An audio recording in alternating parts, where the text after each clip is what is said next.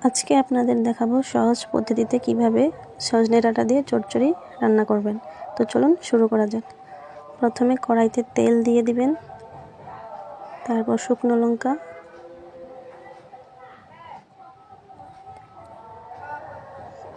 একটু পাঁচফোড়ন দিয়ে দিবেন, দিয়ে একটু নাড়াচাড়া করে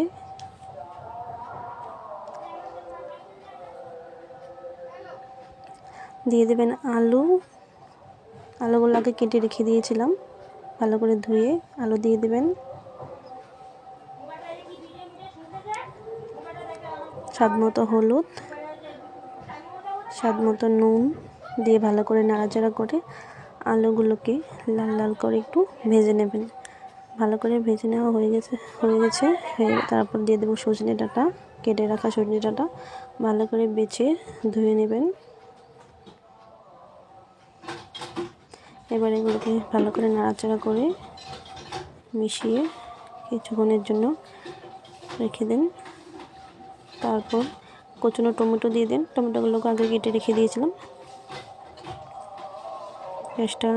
গ্যাসের আঁচটা লো রাখবেন, রেখে ভালো করে নাড়াচাড়া করেন। নাড়াচাড়া করে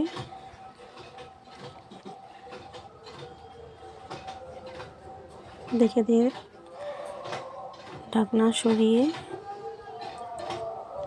ভালো করে নাড়াচাড়া করে নিন।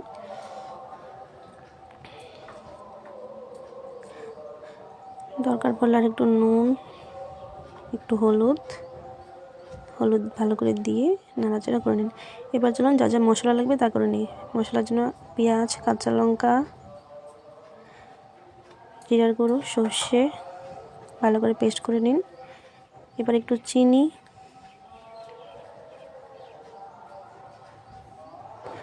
আর পেস্ট করা মশলাগুলো দিয়ে দিন। ভালো করে বাটিটা ধুয়ে দিয়ে দিন একটু জল।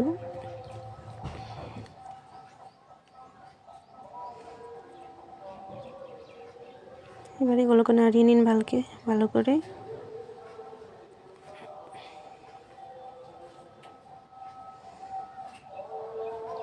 ঢাকনা দিয়ে ঢেকে দিন।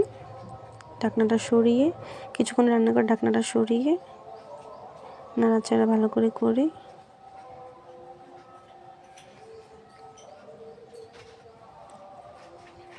সবজিগুলো সিদ্ধ হয়েছে না নাই চেক করে নেবেন।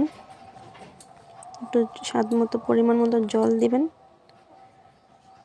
দিয়ে নাড়াচাড়া করে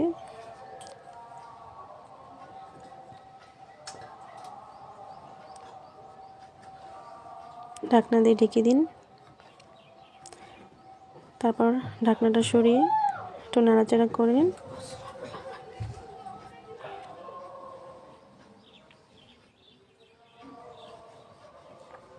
হয়ে গেছে। সজনে ডাঁটা একবার নামিয়ে নেব। দেখুন কত সুন্দর হয়েছে দেখতে, একদম লোভনীয়, খেতেও দুর্দান্ত হয়েছিল।